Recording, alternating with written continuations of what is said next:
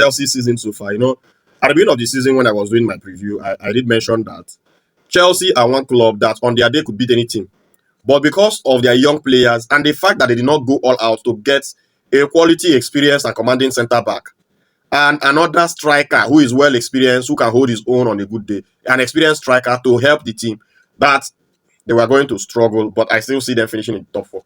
They could go out and win Champions League because it's a knockout football. Chelsea have that quality, but in a league stretch, I don't see them doing it. And you can see with the injuries they are currently having, I think it's because of their exertions at the FIFA Club World Cup, where they went all the way to the final, lifted that trophy, and a lot of their players now are picking up injury. Colwill is out, Tosin, Fofana, Reece James. Intermittently, their players are picking up injury. You can see the lap.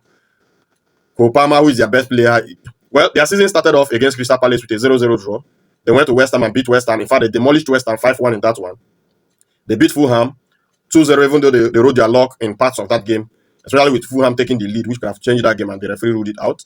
And then they drew 2-2 with Brentford, lost 3-1 at Bayern in the first game of their Champions League campaign. Then they lost against Manchester United 2-1, beat Lincoln City 2-1 in the EFL Cup. That one they struggled to get over the line, but they won. Lost to Brighton at home 3-1.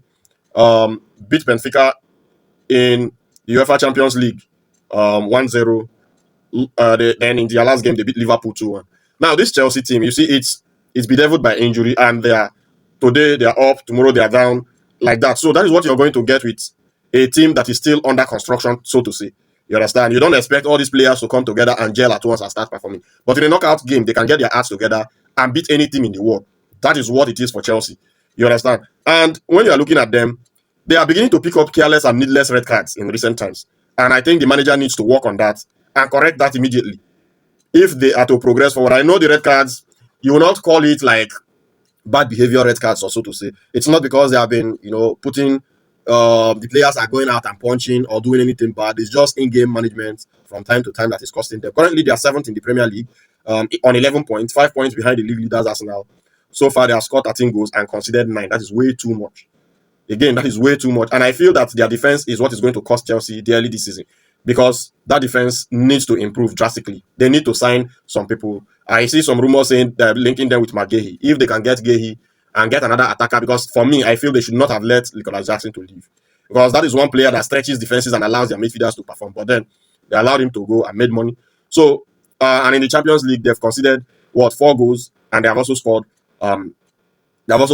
3 goals. And they need to begin to manage how they concede now. This is another team that on their day can pass the ball, can create chances, but then they are not able to manage the game for full 90 minutes. But I still feel that Chelsea will finish in the top 4. I don't know the position yet because it's still early days in the season, but in the Champions League, I am not going to rule Chelsea out, because it's in a knockout game. Chelsea can beat anybody. Let me know what you think in the comment section.